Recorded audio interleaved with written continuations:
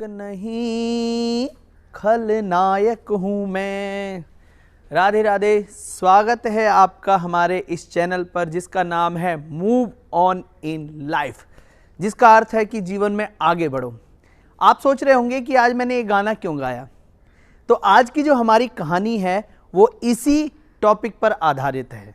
बहुत ही महत्वपूर्ण और जो बच्चों के लिए बहुत ही कहते हैं जरूरी, और माता पिता के लिए भी।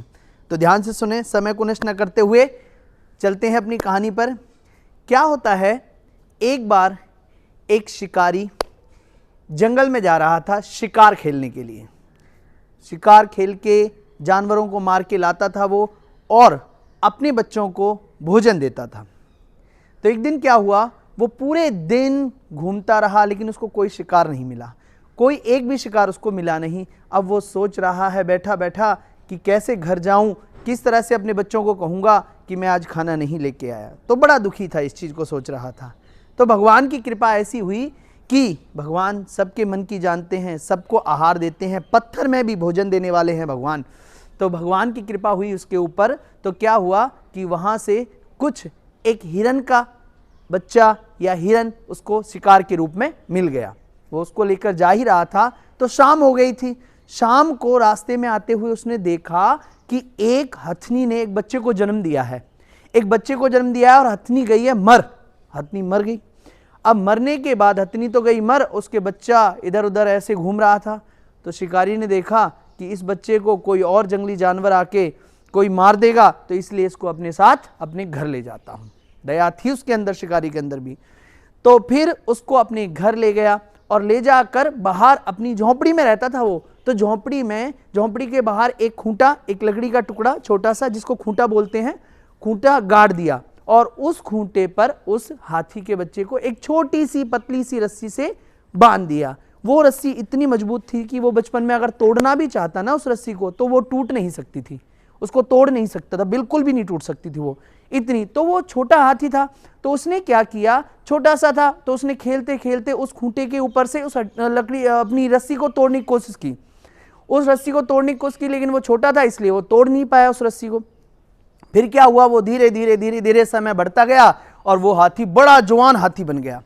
अब जवान बन गया तो क्या हुआ कि लोग आसपास से लोग देखने आने लगे कि भाई कमाल है, एक छोटे सी इतनी टुकड़ी से रस्सी, इसके टुकड़े से, और इतने बड़े हाथी को इस शिकारी ने बांध रखा है। इस बहेलिये ने एक छोटे से रस्सी के टुकड़े से इस हाथी को बांध रखा है। लोग दूर दूर से, मेला लगने लगा उसके घर पे, और लोग आके देखते कि इतने छोटे से रस्सी के टुकड़े से कैसे बंधा हुआ है हाथी। हम आप भी अगर विचार करें तो उस हाथी में, बलवान हाथी में इतनी ताकत है, वो तो अपने सूंड से उठा के किसी को भी बाहर फेंक सकता है। इतना बल होता है हाथी के अंदर, जवान हाथी के अंदर।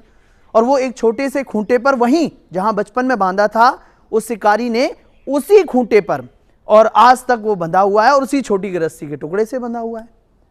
तो ये महत्वपूर्ण बात, ये समझने की बात है। लोग आ रहे, देख रहे, तो एक बुजुर्ग आए, एक बहुत दूर से सुना कि उन्होंने कि भाई एक शिकारी है वहां पर, और उस शिकारी ने एक बहुत बड़े हाथी को एक छोटे से खूंटे से और छोटे से रस्सी के टुकड़े से बांध रखा है। तो वो बुजुर्ग भी सोचने लगे चलो हम भी देख के आते हैं। तो बुजुर्ग गए और वहां जाकर शिकारी के पास बैठे। शिकारी ने आओ भगत की, नमस्कार किया, चाय पिलाई, पानी पिलाया, और बुजुर्ग ने कहा भाई मुझे एक प्रश्न है मेरा, मुझे ये बता कि तूने इस छोटे से रस्सी के टुकड़े से इस इतने बड़े हाथी, बाहुबली, इतना गज को बांध कैसे रखा है। तो शिकारी कहता है मैंने आज तक ये बात किसी को बताई नहीं, लेकिन आप बुजुर्ग हो, आपको जरूर बताऊंगा, अगर आप बताना मेरा अनुभव क्या कहता है। तो वो बताता है, बुजुर्ग को बताता है शिकारी, कहता है कि जब ये छोटा था ना, जब छोटा सा बच्चा था, इसकी मां मर गई थी, इसको मैं अपने घर ले आया था, तो उस समय मैंने ये छोटी से रस्सी के टुकड़े से बांध दिया इसको घर के बाहर। और उस रस्से में इतनी मजबूत तो वो रस्सी थी कि उस समय बचपन में इससे टूट नहीं पाई वो रस्सी। जो रस्सी से मैंने इसको बांधा था, उस रस्सी को इसने कोशिश की बचपन में तोड़ने की, लेकिन ये तोड़ नहीं पाया। तो इसने अपने मन में ये विचार या संकल्प ले लिया, या इसके मन में ये बात घर कर गई कि ये रस्सी मुझसे नहीं टूटेगी। तो ये ध्यान से सुनना आप लोग भी कि ये रस्सी मुझसे बिल्कुल भी नहीं टूटेगी, मैं तोड़ ही नहीं सकता। इसके मन में ये विश्वास हो गया। तो फिर क्या किया इसने कोशिश करना ही छोड़ दिया। इतना बड़ा हाथी बन गया और इसने आज तक उस कोशिश को दोबारा करना ही छोड़ दिया, करता ही नहीं अब उसको उखाड़ने की, क्योंकि इसके मन में वही बचपन वाली बात जो है कि ये रस्सी मुझसे टूटेगी नहीं, उसी बात को इसके मन ने ग्रहण कर लिया, उसको घर कर लिया इसके मन में। तो इसने विश्वास कर लिया कि अब मुझसे ये रस्सी नहीं टूटेगी, इसलिए आज इतना बड़ा हो गया और आज तक ये इसी रस्सी से बंधा हुआ है। और अगर ये कोशिश करे ना, इसके अंदर इतनी हिम्मत है कि अगर आज की कोशिश करे ना तो एक पैर से उठा के उसको खूंटे को भी फेंक देगा और मेरी झोंपड़ी को भी उखाड़ सकता है, इतनी ताकत है इसमें।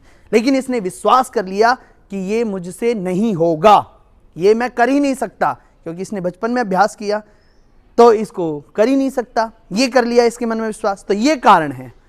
तो आप सोच रहे होंगे इस कहानी से शिक्षा क्या मिली। आप कह रहे थे नायक नहीं खलनायक हूं मैं, गाना गा रहे थे, क्या शिक्षा मिली। तो अब महत्वपूर्ण बात आप मैं को बताना चाहूंगा आपको। जैसे वो हाथी का बच्चा था ना, ऐसे ही हमारे बच्चे होते हैं। हमारे छोटे छोटे बच्चों को, छोटे छोटे बच्चे होते हैं, उनको जैसा माहौल दोगे ना वो वैसा ही माहौल में और वैसे ही विचार उनके बनते हैं।